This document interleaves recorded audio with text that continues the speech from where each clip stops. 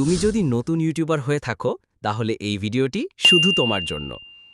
তুমি হয়তো ইউটিউব শুরু করেছ ৫টা ১০টা বা হয়তো ২০টা ভিডিও বানিয়েছ, কিন্তু ভিউ নেই, সাবস্ক্রাইবার বাড়ছে না। মনে হচ্ছে তুমি কি কিছু ভুল করছো? না বন্ধু, তুমি কোনো ভুল করনি। তুমি যে শুরু করেছ সেটাই তোমার প্রথম জয়। ইউটিউব হলো ধৈর্যের খেলা।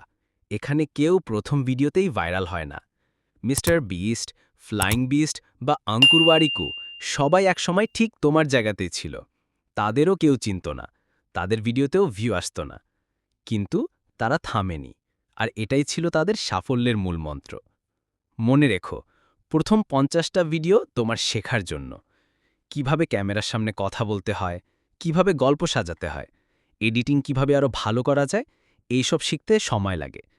একজন ইউটিউবার তখনই সফল হয় যখন সে প্রতিবার তার আগের ভিডিওর চেয়ে মাত্র ১% ভালো করার চেষ্টা করে।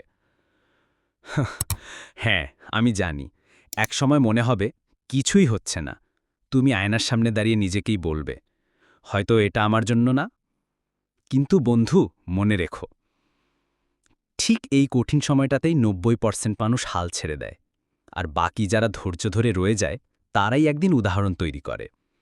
এখন তুমি নিজেকে প্রশ্ন করো, তুমি কোন দলে থাকতে চাও? তোমার লক্ষ্য যদি হয় মানুষের জীবনে কিছু ইতিবাচক পরিবর্তন আনা, তাদের সুন্দর কিছু উপহার দেওয়া, তাহলে ভিউ, সাবস্ক্রাইবার, টাকা এই সব কিছু তোমার পেছনে ছুটবে। তুমি শুধু প্রতিনিয়ত ভালো কন্টেন্ট তৈরি করে যাও।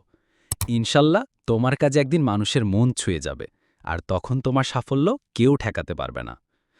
তোমার সামনে পথটা এখন হয়তো অনেক লম্বা মনে হচ্ছে, কিন্তু এখন শুধু একাগ্রচিত্তে হেঁটে যাওয়ার সময়। কারণ একদিন এই পথটাই তোমার পরিচয় হয়ে উঠবে। Consistency beats talent. মনে রেখো, শুধু একটা ভিডিওই তোমার জীবন বদলে দিতে পারে। প্রত্যেক বড় বড় ইউটিউবার একদিন তোমার মতোই নতুন ছিল। তাই ভিউয়ের পেছনে না ছুটে মানুষকে ভালো কিছু উপহার দেওয়ার চেষ্টা করো। সাফল্য আসবেই, ইনশাল্লাহ। তো বন্ধুরা, ভিডিওটি ভালো লাগলে লাইক দিন, আর কমেন্টে জানান আপনার মতামত। আমাদের চ্যানেলে নতুন হয়ে থাকলে এখনই সাবস্ক্রাইব করে আমাদের পাশে থাকুন। ধন্যবাদ সবাইকে। সবাই সুস্থ থাকুন, ভালো থাকুন। আল্লাহ হাফেজ।